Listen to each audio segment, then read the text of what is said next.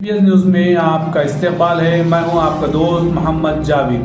हम रखिए खबरों पे नजर, आप रखिए खबरनामे पे नजर। अब जो गुज़िश्ता 2 दिन से महमूद अली साहब के बयान को लेकर एक बड़ा तनाज़ा खड़ा कर दिया गया। उसके बाद कोई लीडर पैदा हुआ है तो हमारा तिरंगा का दूसरा महात्मा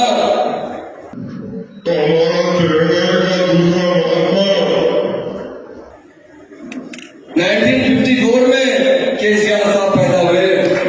तमाम नाज़रीन को प्यार भरा सलाम। उम्मीद है कि आप सभी खैर आफियत से होंगे। नाज़रीन, जिस तरीके से उर्दू मीडिया फेडरेशन की जानिब से जो खास मुलाकात का प्रोग्राम महमूद अली साहब के साथ किया गया था, लेकिन अब जो गुज़िश्ता 2 दिन से महमूद अली साहब के बयान को लेकर एक बड़ा तनाज़ा खड़ा कर दिया गया। और बड़ी तनाज़े का मसला ये है कि खुलफ़ाए राशिदीन में 4 अरबाइन जो है उसमें खलीफा दुवम सैयदना सैयदना उमर रज़ियल्लाहु तआला के मामले को लेकर एक उनकी बात को क्या कट करके पेश किया गया, तोड़ मरोड़ के पेश किया गया, या फिर हकीकत में वज़ारत दाखिला हमारे मोहम्मद महमूद अली साहब जो हमारे साथ मौजूद है उनकी ज़बान से या वाक़ई में उमर फारूक रज़ियल्लाहु अन्हु की शान में कुछ गुस्ताखाना अल्फाज निकले। इन तमाम हालात को जानने के लिए आज फिर वज़ीर दाखिला के साथ हम यहाँ पर पहुंचे हैं, क्योंकि ये एक बड़ा ही कठिन मसला है।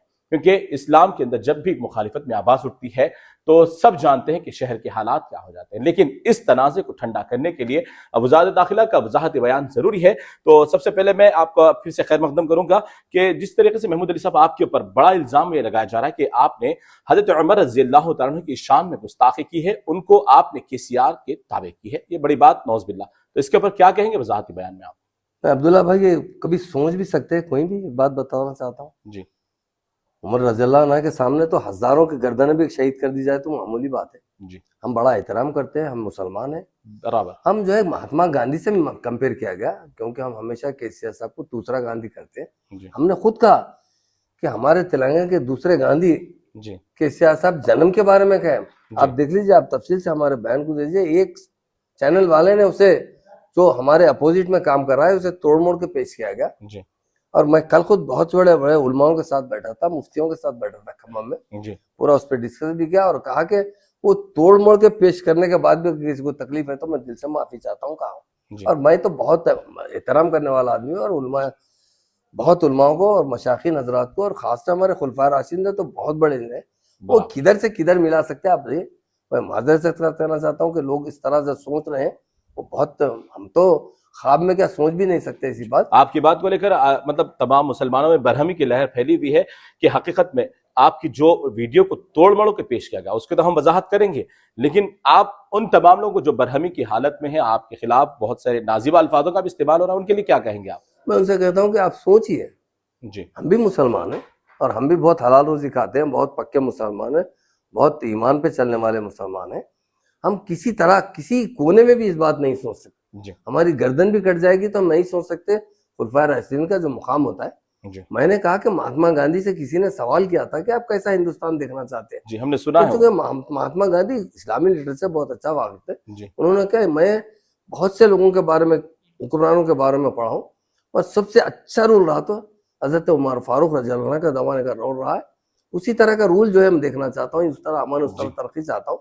जी, और नौज़बिल्लाह मैं किस तरह भी बोल ही नहीं सकता, और उसे तोड़ मोड़ के पेश किया गया। अगर किसी को मेरी वजह से, इस बयानबाजी की वजह से कोई तकलीफ है तो मैं कल भी कहा हूँ कि माफी चाहता हूँ, आज भी कहता हूँ कि माफी चाहता हूँ। चलिए। लोग जो है बहुत जल्दबाजी में, कुछ लोग जो है गलत गलत तरीके से इसको पेश करने की कोशिश कर रहे हैं। जी, और मैं जो बयान दिया था, आप तफसील से देख, मैं कहा गांधी जी के बाद तेलंगाना का दूसरा महात्मा पैदा हुआ तो केसीआर साहब। जी।